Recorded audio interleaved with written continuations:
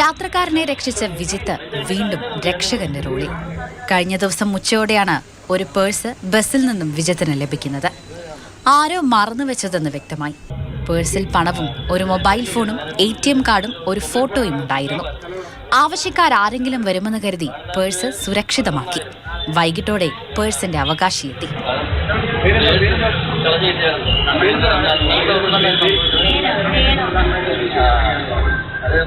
തിരിച്ചു കിട്ടില്ലെന്ന് കരുതിയ പേഴ്സ് ലഭിച്ചതോടെ യാത്രക്കാരെയും സന്തോഷത്തിൽ. ആദിക്കാട് മുക്കിയെന്ന് പടപ്പലാല് വരെ യാത്ര ചെയ്തൊരു യാത്രക്കാരുടെ പേഴ്സ് നഷ്ടമായി പോയിരുന്നു.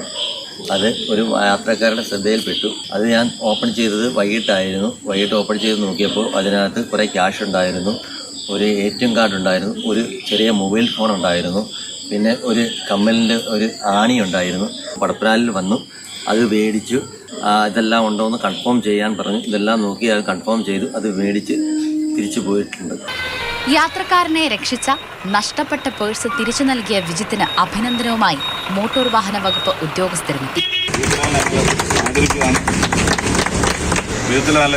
ഇവിടുന്ന് ഒരു ഉൾവിളി കിട്ടിയ കൂട്ട് പെട്ടെന്നൊരു കൈ ചെല്ലുന്ന ആരും പ്രതീക്ഷിക്കുന്നില്ല.